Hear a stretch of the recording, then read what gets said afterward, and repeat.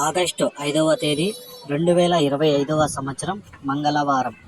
ఈ వీడియోలో చింతామణి టమోటా ధరలు ఎలా ఉన్నాయో ఈ వీడియోలో తెలుసుకుందాం.